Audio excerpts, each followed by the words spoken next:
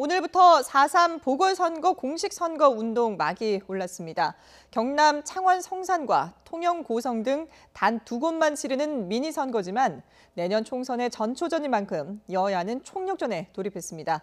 취재기자 연결하겠습니다. 조은지 기자. 네, 국회입니다. 네, 자, 이제 2주 정도 남았는데요. 여야 움직임 어떻습니까? 네, 공식 선거운동 첫날 벌써 바쁩니다. 특히 박빙 판세를 보이는 경남 창원 성산에서는 자유한국당과 정의당 지도부가 총출동해 유권자들에게 새벽 출근길부터 부지런히 인사했습니다. 창원 성산은 고 노회찬 의원의 지역구로 진보정치 1번지로 불리는 곳입니다. 정의당은 그대로 물려받겠다는 의지로 여영국 후보 지원에 사실상 올인하고 있습니다. 여 후보의 최대 경쟁자는 한국당 강기훈 후보인데 황교안 대표는 오늘부터 창원에 원룸을 얻어 상주하면서 선거를 총지휘하기로 했습니다. 여기서 이기면 진보의 아성을 무너뜨렸다는 평가와 함께 황교안 체제가 더 탄력을 받을 수 있다고 판단하고 있습니다. 반면 더불어민주당과 정의당은 범여권 단일화만 되면 한국당을 가뿐히 제칠 것으로 보고 물밑 협상에 집중하는 분위기입니다. 당초 정의당과 민주당 3당 원샷 단일화를 요구했지만 무산된 것으로 알려졌고 투표용지 인쇄 전날인 25일까지 단일화 협상을 하기로 교감을 마쳤습니다. 바른미래당 역시 손학규 대표가 이재환 후보를 지원하기 위해 한 달째 매일 창원과 서울을 오가고 있습니다. 대안 세력으로 한 표를 호소합니다. 통영 고성은 보수 텃밭이라 한국당 정점식 후보의 기세가 강하지만 민주당도 지역경제 부흥을 슬로건으로 잡고 표심을 파고들고 있습니다.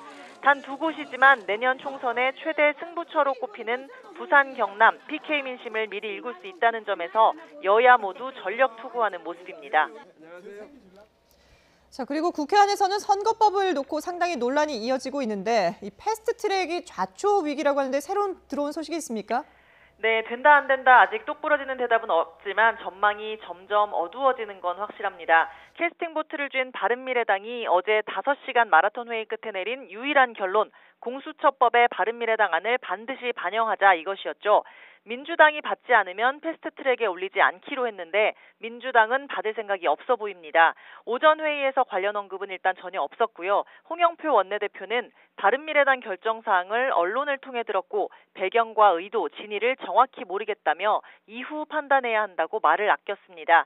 하지만 김관영 원내대표는 오늘 아침 라디오에서 바른미래당의 공수처안은 민주당이 비공식적으로 도저히 받을 수 없다고 얘기했던 내용이라며 부정적인 분위기를 전했습니다.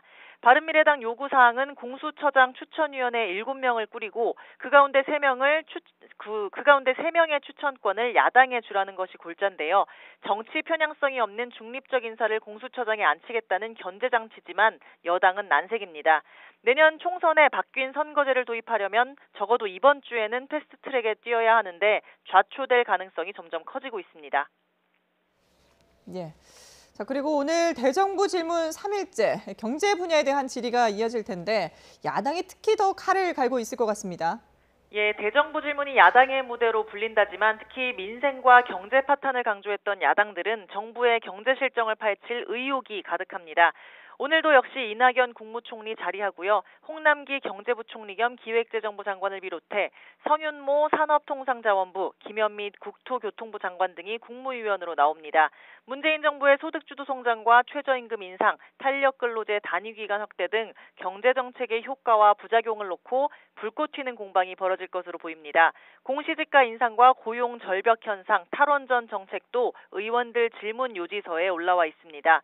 더불어민주당은 내수 활성화를 기반으로 기업에 활력을 불어넣는다는 선순환 효과를 강조하는 반면 자유한국당은 최저임금 인상으로 기업이 주저앉고 일자리도 감소한다고 질타할 것으로 보입니다. 여야 모두 쟁쟁한 경제 전문가를 내세웠습니다. 지금까지 국회에서 YTN 조은지입니다.